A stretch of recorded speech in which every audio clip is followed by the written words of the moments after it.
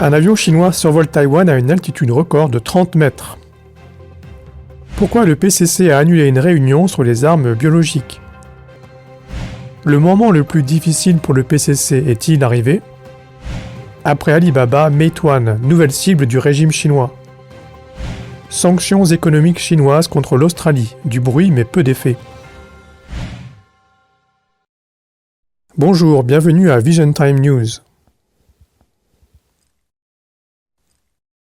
Ce ne sera une nouvelle pour personne, les avions militaires chinois ont fréquemment perturbé Taïwan au cours des derniers mois. Mais le 26 avril, un phénomène très rare et alarmant s'est produit.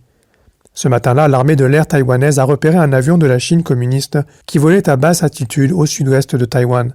Fait rare pour ces avions militaires qui viennent tester la réactivité de l'île face aux intrusions. L'avion volait au ras de la mer, une pratique dangereuse car le risque est réel de tomber en mer en cas de grosses vagues. Alors pourquoi voler si bas? D'une part, le Parti communiste chinois voulait tester le sous-marin taïwanais et d'autre part, il s'agissait de vérifier s'il y avait des points morts dans cette région que le radar ne pouvait pas détecter. Malheureusement pour le PCC, le radar de Taïwan a quand même repéré leur avion. En outre, le Parti communiste chinois pourrait également avoir recours à des drones dans le but d'identifier les failles de l'espace aérien taïwanais et de ses radars. Selon un expert, c'est le radar Leshan qui aurait détecté l'avion communiste, ce radar étant capable de capter tous les missiles et avions volant à une altitude de plus de 5 mètres, et ce dans un rayon de 3000 km. Selon une page internet dédiée à Southwest Taiwan Airspace, les avions chinois sont entrés dans l'espace aérien taïwanais pendant 98 jours, et le nombre total d'avions repérés par radio est de 297.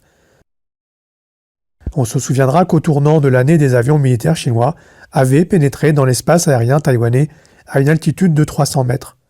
On pensait à l'époque que les Chinois effectuaient une sorte d'exercice tactique.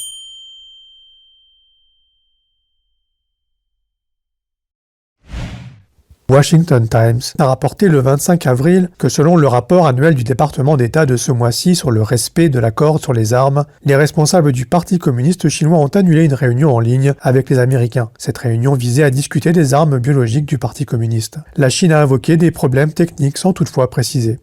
Selon le rapport, les services de renseignement américains sont au courant que le Parti communiste chinois mène une guerre biologique secrète, ce qui laisse à penser que Pékin travaille sur des armes microbiennes ou virales mortelles.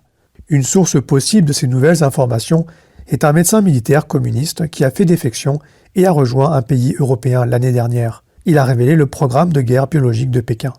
C'est ce qu'a rapporté le Washington Times en septembre dernier. Le Parti communiste chinois dispose de plus de 40 institutions de recherche gérées par l'armée, engagées dans des travaux secrets sur les armes biologiques. Le général communiste à la retraite Zhang Shebo a écrit dans son livre de 2017 que les progrès de la biotechnologie ont augmenté le risque d'utiliser les armes biologiques, y compris celles capables d'attaques génétiques spécifiques à une race. En effet, un haut fonctionnaire du département d'État américain a confirmé l'année dernière que la guerre biologique secrète des communistes chinois pourrait utiliser des armes visant des groupes ethniques spécifiques. À l'approche du centenaire de la création du Parti communiste chinois, des signes inquiétants circulent, indiquant que les clivages au sein du parti s'intensifient. Chaque fois qu'il y a un moment difficile de lutte interne, que ce soit pour prendre le pouvoir ou maintenir la domination du PCC, Xi Jinping visite un site rouge du PCC. Le 25 avril, il a visité le Guangxi et le parc commémoratif de la bataille de Xiangjiang, lors de laquelle plus de 50 000 soldats communistes ont trouvé la mort dans ce qui est communément appelé la Longue Marche de 1934. On pense que la visite de Xi Jinping montre à quel point la situation actuelle lui semble défavorable. Avec son siège social à Pékin et considéré comme un membre de l'équipe de propagande étrangère du PCC, le journal Duowei News a rapporté l'histoire sous le titre « La visite de Xi Jinping dans le Guangxi se passe au moment le plus difficile pour le PCC », ce qui revient à indirectement mettre Xi Jinping dans une situation embarrassante. En outre, le 23 avril, la chaîne CCTV avait écorné l'image de Xi Jinping de manière flagrante, en rapportant que 2 villages du comté de la ville de Shuangluo avaient truqué leurs chiffres d'éradication de la pauvreté, révélant ainsi que la Chine n'avait pas réussi à complètement éradiquer la pauvreté. Il est assez rare de voir une attaque aussi directe contre les plus grandes réalisations de Xi Jinping. Les États-Unis et le Japon affrontent directement le Parti communiste chinois dans la zone de guerre Indo-Pacifique. Et l'Australie se rapproche des États-Unis en annulant l'accord de la route de la soie avec la Chine. Même l'Union européenne, qui s'est toujours montrée apaisante, a exprimé son mécontentement dans un rapport interne, en critiquant l'autoritarisme de Xi Jinping. Le commentateur hongkongais Liu Yixiao a souligné que le Parti communiste chinois ne craint pas les sanctions quand elles sont uniquement le fait des États-Unis, car le régime s'appuie sur son système autoritaire qui fait endurer les pressions extérieures à son propre peuple. Mais une fois que l'Occident formera une alliance contre le Parti communiste chinois, dit-il, alors Pékin sera très inquiet, craignant que l'encerclement étranger se combine avec des facteurs déstabilisants comme Hong Kong et Taïwan. Ainsi, ces signes récents indiquent que le PCC est déjà en proie à des dissensions internes.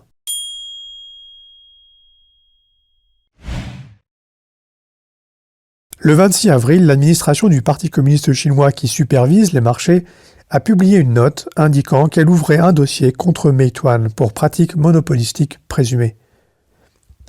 Après Alibaba, Meituan est la deuxième société de plateforme en ligne à faire l'objet d'une enquête publique du Parti communiste pour ses pratiques commerciales. Selon un rapport de Bloomberg du 26 avril, l'enquête du Parti communiste chinois sur Meituan montre à quel point il s'inquiète de l'influence croissante des géants de l'Internet, tels qu'Ali, Tencent et Meituan, et de la place qu'ils prennent dans la vie des Chinois. La grande quantité de données qu'ils accumulent grâce à leurs services d'achat, de chat et de location de voitures en ligne inquiète le parti. La nouvelle de l'enquête de Meituan a suscité de nombreux commentaires sur Internet. Un internaute a déclaré « Il y a quelques jours, ils ont infligé une amende astronomique à Alibaba de Jack Ma. Et ensuite, ils font une descente chez Meituan. Le parti s'en prendra à ces entreprises les unes après les autres. » En mars, l'administration du Parti communiste chinois, chargée de la surveillance des marchés, a infligé une amende de 1,5 million de yuan à Meituan Youxuan, l'entreprise d'achat groupée de Meituan, pour pratiques tarifaires inappropriées. En mars, les gouvernements locaux de Zhejiang, Jiangsu et Jilin ont également infligé à Meituan des amendes de 1 million de yuan, 352 000 yuan et 700 000 yuan, respectivement, pour la même raison. Les autorités chinoises ont riposté aux critiques de l'Australie sur les violations des droits de l'homme en Chine. Ils ont décidé de toute une série de sanctions économiques pour faire pression sur l'Australie. Cependant, au lieu d'affecter sérieusement les exportations de produits de base du pays, les sanctions ont provoqué une hausse des prix et des coûts en Chine. Selon la BBC, le 26 avril, après que l'Australie a critiqué à plusieurs reprises le Parti communiste chinois pour les problèmes des droits de l'homme à Hong Kong et au Xinjiang, et qu'il a soutenu l'enquête indépendante de l'OMS sur la pneumonie à Wuhan, le Parti communiste chinois a augmenté les droits de douane sur les exportations australiennes. Le PCC a en effet imposé ce qu'il appelle un droit compensateur de 6,9% sur l'orge australienne et a demandé aux fabricants chinois de ne plus acheter de coton, de bœuf et de charbons australiens. Cette mesure du PCC a entraîné une hausse des prix des produits connexes en Chine. Par exemple, le prix de l'orge pour l'alimentation animale a dépassé celui du blé. Le bœuf a grimpé en flèche d'environ 50%, le coton a augmenté de 30%, de même que le coût des vêtements et le coût des achats de charbon par les compagnies d'électricité chinoises a augmenté d'environ 47 milliards de yuan. Dans un premier temps, les représailles du Parti communiste chinois ont eu un impact important sur le volume des exportations de produits de base australiens, mais l'Australie a progressivement trouvé d'autres marchés d'exportation dans d'autres pays, et la valeur des exportations de coton, de charbon et d'autres produits de base s'est largement rétablie. Dans une interview accordée à BBC China, M. Raja, économiste en chef du programme économique international de l'Institut Lowy pour la politique internationale, un groupe de réflexion australien, a déclaré que le Parti communiste chinois se livrait à, je cite, un acte de coercition économique assez évident. Au lieu d'inverser la politique australienne, ces mesures coercitives ont entraîné un durcissement du pays à l'égard de la Chine et n'ont pas dissuadé les autres pays.